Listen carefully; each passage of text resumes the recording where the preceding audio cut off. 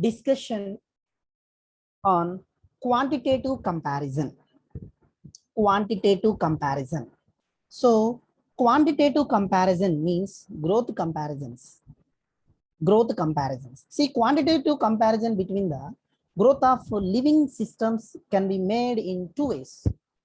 Quantitative comparison means growth parts in a living system that can be made, growth parts in living system that can be made in two types, two ways. One is absolute growth, another one is relative growth. Absolute growth, another one is relative growth. So absolute growth, it refers to the measurement. Okay, how much growth occurred? How much growth occurs within a time? Okay, that is called absolute growth. It refers to the measurement and comparison of total growth per unit time. Total growth, complete growth per unit time within specific time. 1 hour, 2 hours, or 3 hours, or 1 month, 1 year. Within that particular period, how much growth happened? That measurement and comparison from first growth to final growth, that entirely is called absolute growth. Absolute growth. Okay, that's all. That is absolute growth. See here, for example, see here.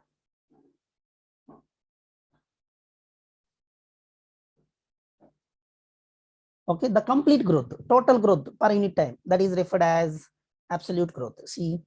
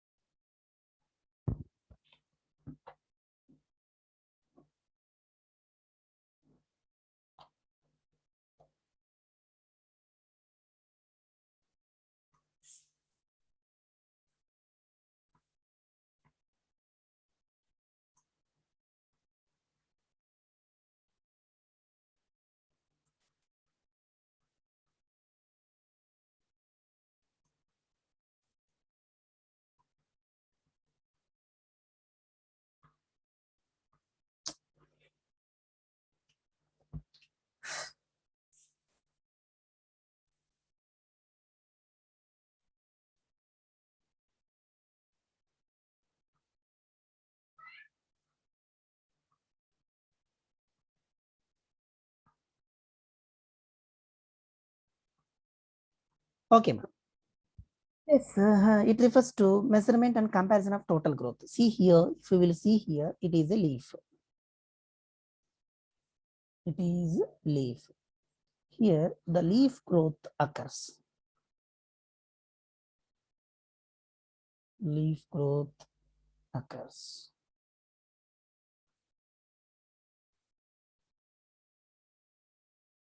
This is next. Again, its growth is takes place.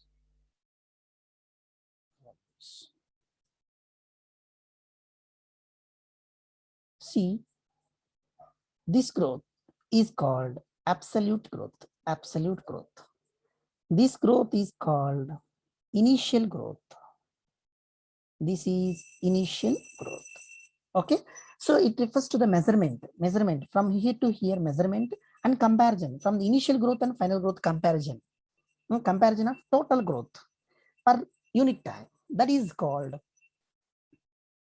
absolute growth. Okay, see here. Next, relative growth. It refers to the growth of the given system per unit time expressed initial parameters is called relative growth. Simply, initial growth is referred as relative growth. Initial growth referred as relative growth. Absolute growth is refers as measurement and comparison of total growth per unit time. Relative growth, it refers to the growth of the given system per unit time expressed within a specific time. So in particular system, the initial growth, this is initial growth from the birth of the leaf, initial growth. Initial growth. This is initial growth, nothing but relative growth. So here example we will see. See, this is leaf A. Let us understand the absolute growth rate and relative growth rate by comparing the sizes of the two leaves. Here one leaf is there and one more leaf I have to draw. So first we will see about this absolute growth and relative growth, leaf A. So two leaves A and B drawn at a particular time. Here one more leaf I will draw.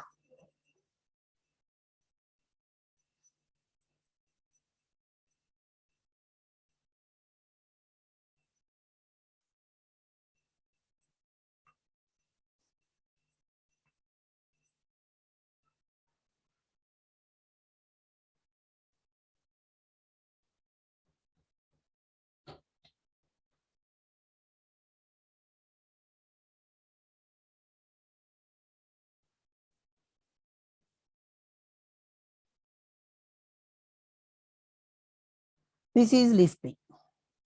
Two leaves A and B are drawn in a particular time, A and B. Then A1, B1 are drawn after a given time. This is A, this is A1, this is B. From here to here, B1.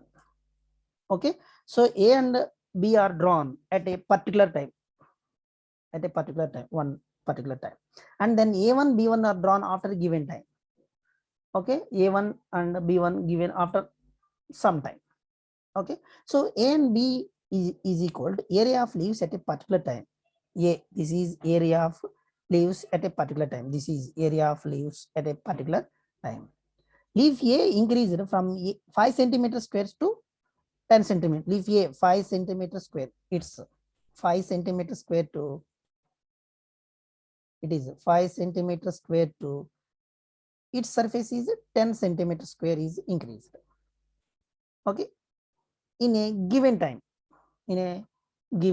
that is increased in a given time.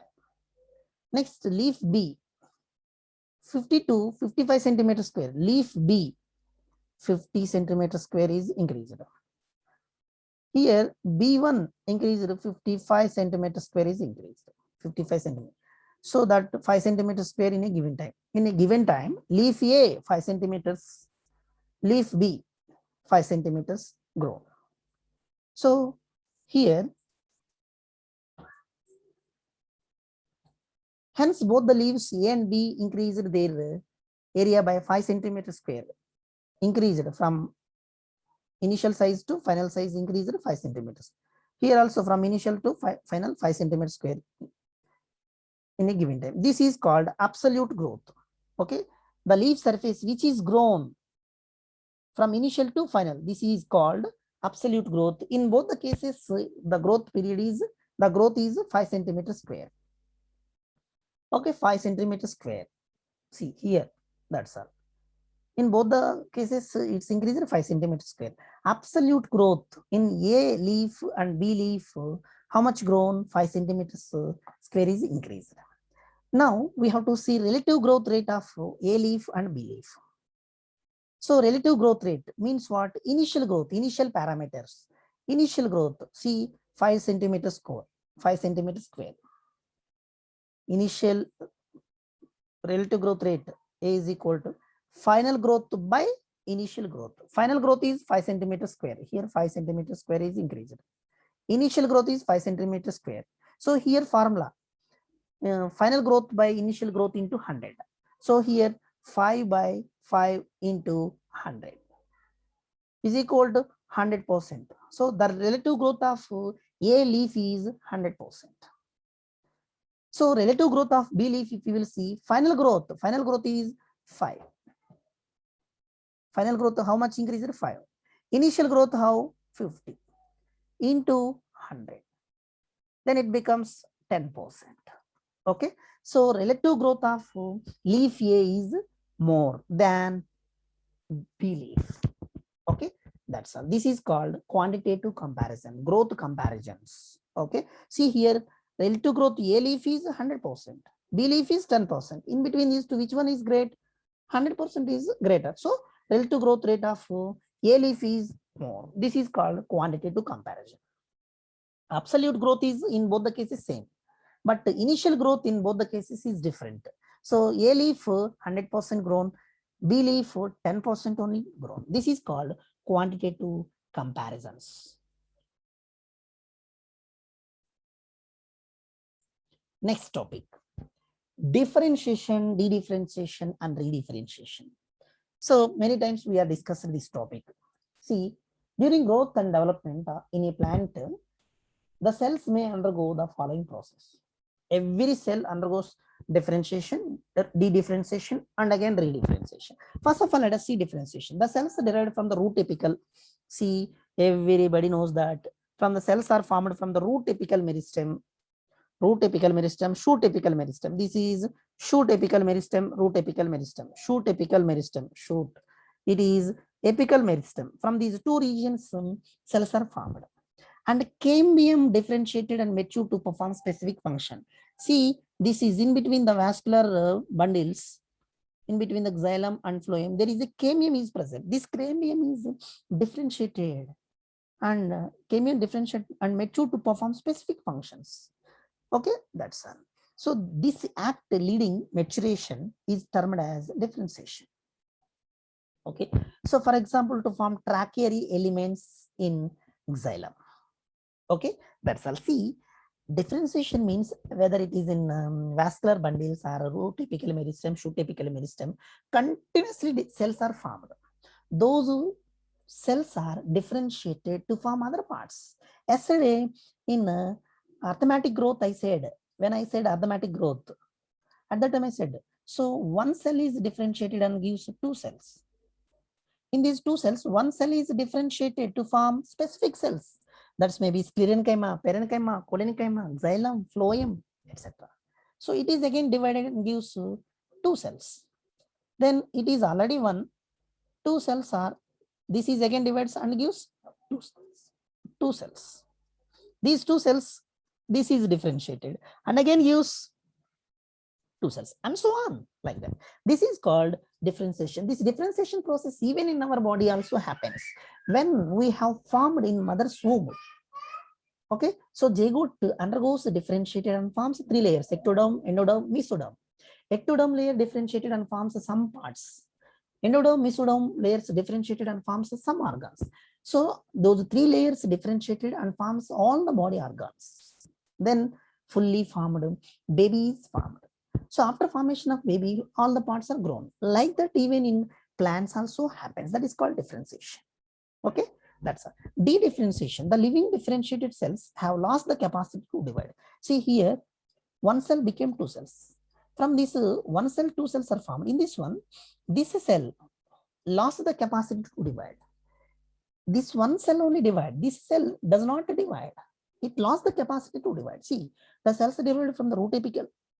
The living differentiated cells have lost the capacity to divide, can regain the capacity of division under certain conditions. Under certain conditions, this phenomenon is termed as dedifferentiation. Yes, so when requirement is there to form differentiation. Actually, once if cells are formed, in that some cells lost the capacity to divide and they went to resting stage. When plant parts are required, they need to differentiate. At that time only, again, they regain the capacity to division. That phenomenon is termed as dedifferentiation. For example, dedifferentiation in our body. So our nervous system, once nervous system is formation is finished in our mother's womb, those nervous system again does not divide. That division is lost. Again, that nervous system does not divide. Accidentally in our life, whenever any nervous system is damaged, that damage is permanent. That is only called in olden days polio. Okay, so polio disease is caused by poliomyelitis virus. This virus entered our nervous system, our body, and damages nervous system. If the nervous system is once damaged in that particular organ, nervous system again does not replace, again does not divide. That loss is permanent. Okay, except that if you will take blood cells, Okay, that is the condition of nervous system. If you will take other body cells, when required at that time only division happens. Other time they will take rest and goes to interphase.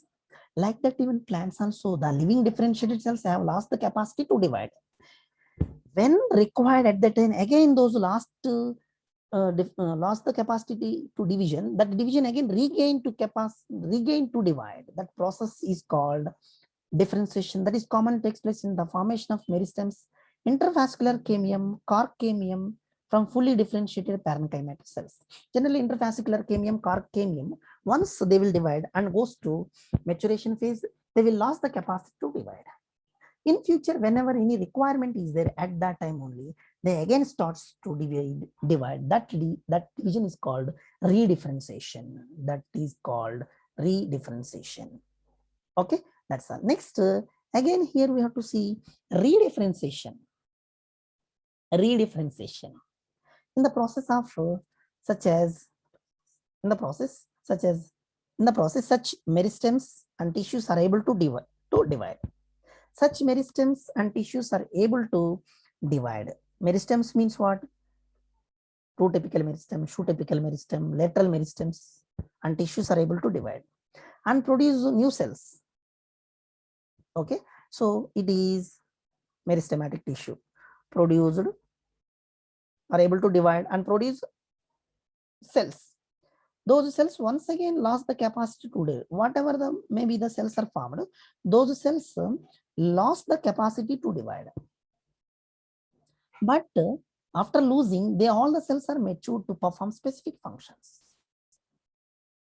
Those are all the cells matured to perform specific function. That is, they get redifferentiated. These are all the cells are redifferentiated. After maturation, again redifferentiated. Okay, so that is called redifferentiation. See, in the process, some meristems tissues are able to divide and produce cells. New cells are formed. Those are all the cells lost the capacity to divide. After losing the capacity to divide, those are all the cells are matured. These are all the cells are matured to perform functions. Okay, that is perform specific function. That is, they get redifferentiated. Whatever maybe the cells are matured, those are all again after maturation redifferentiated. Again, differentiation process starts. After differentiation process, then so we can differentiate. So that is secondary growth occurs. Cork cells, phellogen, phelloderm, lenticels. These are all redifferentiated parts. Okay, so when those are all fully matured, after maturation, they are differentiated. Again, differentiated and termed as phellogen, phelloderm, phellum, or cork, bark, like that differentiated. Those are called redifferentiated cells. Example, list some of the tissues in woody dicotyledonous plants. So the plants which can produce this wood, more and more wood. Okay, in them, so the after maturation, again those mature tissues differentiated.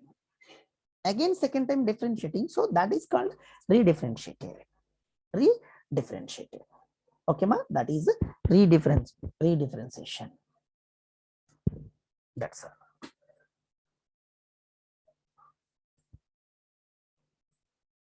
Development. So development means simply from sowing the seed,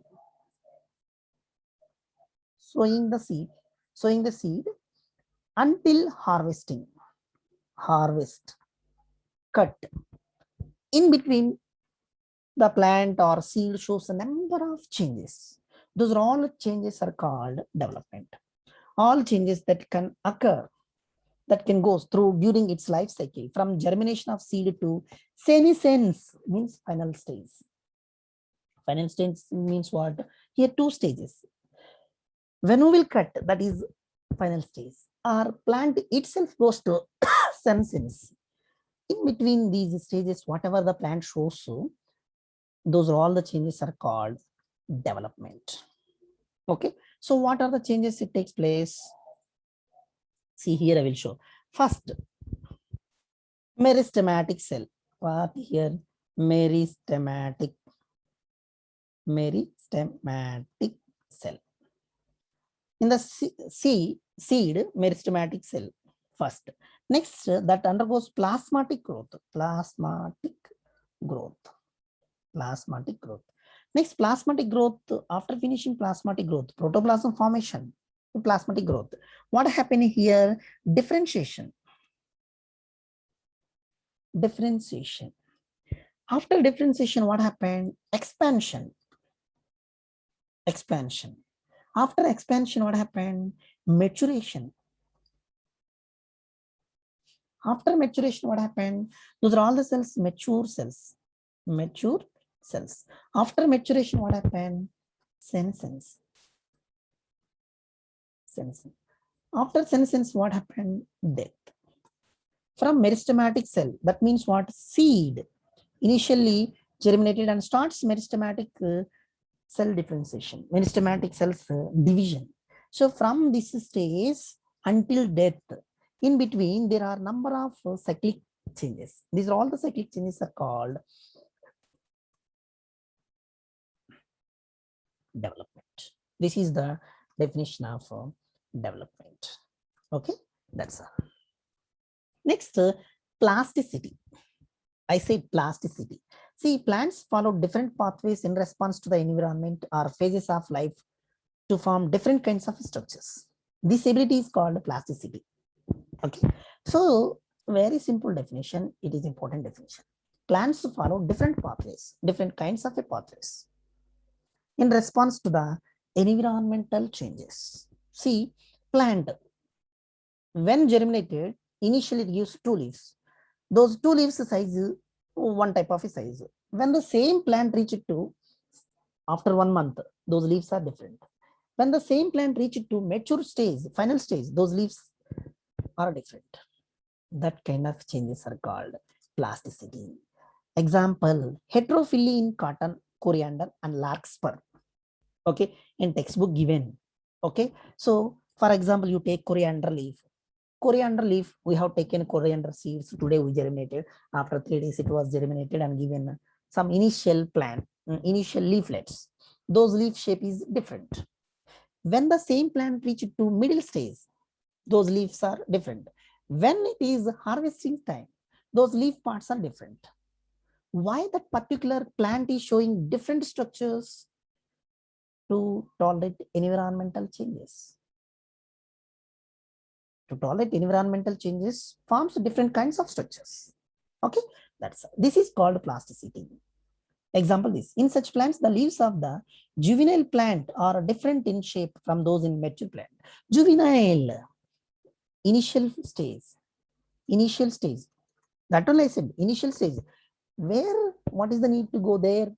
See, human beings only. When you are studying first class, when I born, from 1 year to second year to third year to fifth year to seventh class to 10th class to PUC after finishing BTech, MTech, MBBS, etc. Different patterns, different structures, different appearance. That is called plasticity. Okay, that is called plasticity.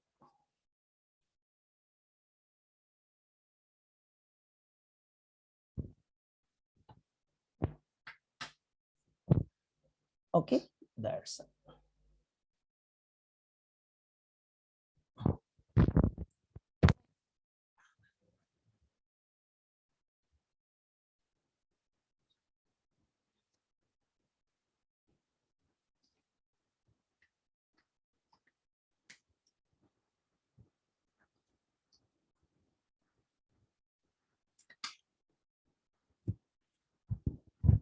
Next, plant growth regulators.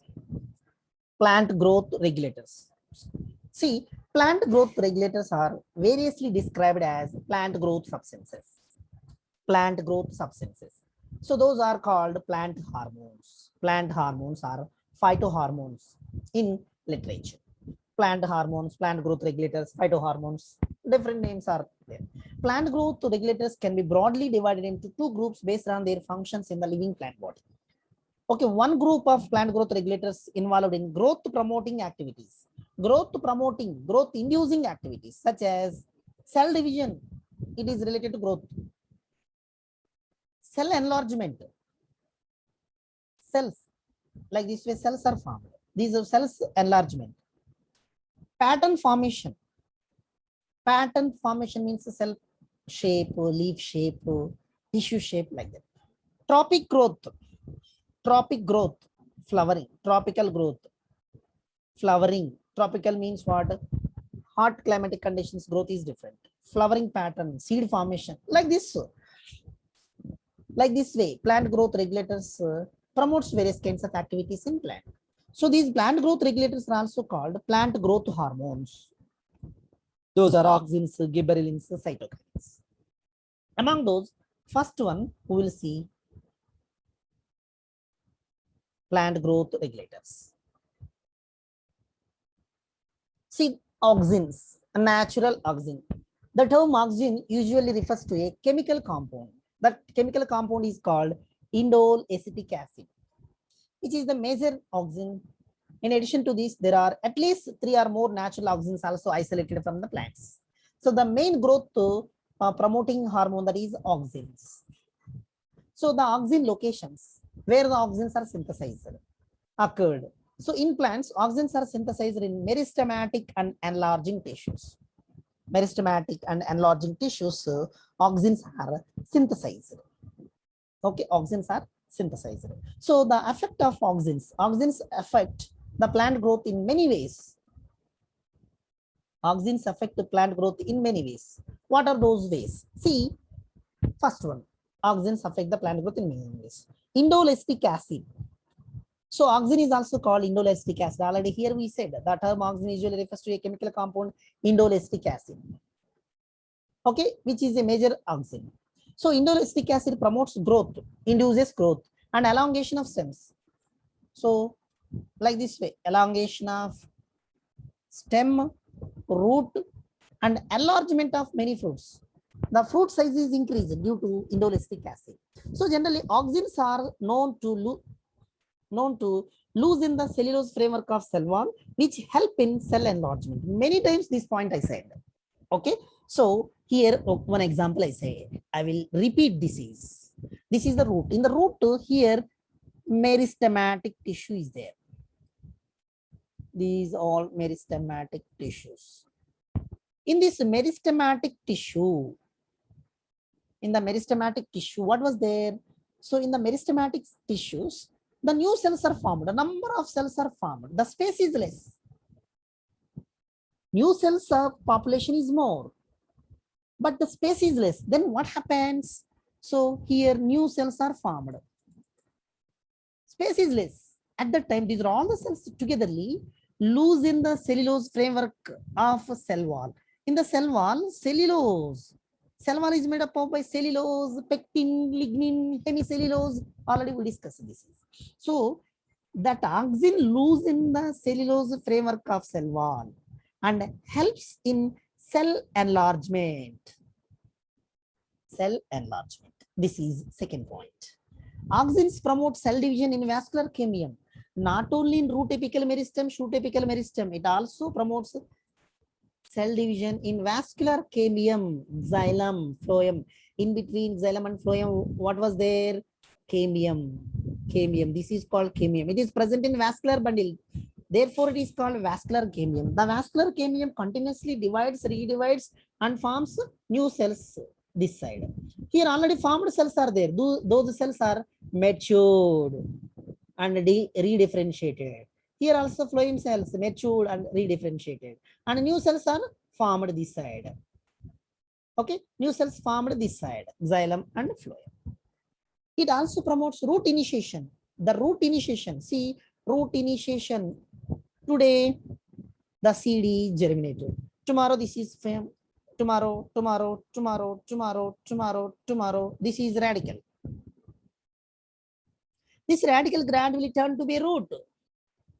The root gradually forms root hairs. This entire depends upon auxins. Auxins responsible for apical dominance. Yes.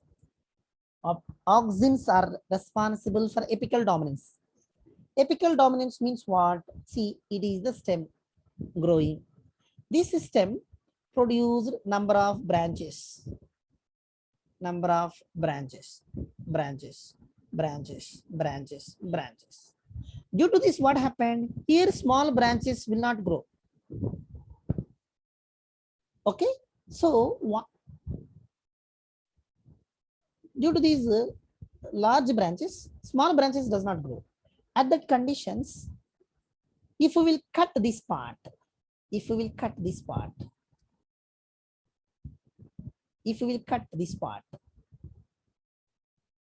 then sun equally distributed to these parts, and these branches, lateral branches grow nicely. This phenomenon is called apical dominance. See, the process of suppression of lateral birds by the terminal birds. These terminal birds suppress the growth of the lateral birds. This is called apical dominance. The process of suppression of lateral birds. These are called lateral birds. The process of suppression of lateral birds by the terminal birds. These are terminal birds is called apical dominance. Auxins responsible for suppression of lateral birds. If you wanted to break this apical dominance, simple process. These branches, if you will cut, then from the sun rays are distributed to lateral branches. The lateral branches grows effectively. Okay, this is apical dominance. The process of suppression of lateral birds by the terminal bird is called apical dominance. So auxins is also stops the detachment of leaves and fruits. Generally, so premature leaves, fruits, buds are fall off. That occurs due to the deficiency of auxin. If auxin is sufficiently available, it stops the abscission, detachment of leaves and fruits. These are also responsible for bending of plants in response to light. See, auxins also responsible for bending of plants in response to light. See, this is the stem growing. This stem here, leaves are there. These are all the leaves. So here sun rays are there. Here sun rays are there. So this stem, shoot apical meristem, automatically it bends towards sun rays. This is called phototropism. Why here auxins are there? Those auxins turn this shoot apex towards sunlight. And also the gravity stimulus. Gravity stimulus means what? So generally, geotropism. So the plant grow against the gravitation. The roots grows towards the gravitation. That is due to and also to the gravity stimulus. Okay, roots grows towards the gravitation. Stem grows against the gravitation. Depends upon auxins. So auxins spray can prevent premature fruit drop. Already said, the plants which are suffering from auxin deficiency at the time, if we will spray auxins, indole acetic acid on plants, it stops premature fruit drop.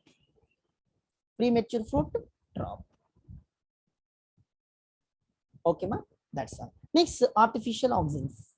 So auxin naturally available. Apart from that, artificially also we can be synthesized. A large number of auxins are synthesized by artificial methods in laboratories, especially in chemical laboratories. Some of these substances are used in present day agriculture. Those are substances like 2,4-dichlorophenoxyacetic acid. 2,4-dichlorophenoxyacetic acid, it is artificial auxin, are used to destroy dicotyledonous weeds in agriculture field. Dicot weeds, monocot weeds. Weeds means unnecessary growing plants. To remove them, 2,4-dichlorophenoxyacetic acid is used. It does not affect monocot weeds. 2,4-dichlorophenoxyacetic acid does not destroy monocot weeds. It can destroy only dicot weeds. Next, substances like naphthalene acetic acid and indole butyric acids are artificial auxins are used for inducing roots in cuttings. Roots in cuttings. Cuttings means Here, one rose plant is growing. From the rose plant, you cut one stem, bring it and keep it in the soil and provide water. And here you apply some amount of either naphthalene acetic acid or indole butyric acid. If you apply to this cut stem, automatically, slowly it produces roots. Slowly it produces roots. After some days, it forms leaflets, slowly leaflets. So with the help of this technique only, in nurseries, number of plants are daily they will produce using these cuttings. Roots are induced in cuttings. Cuttings means what?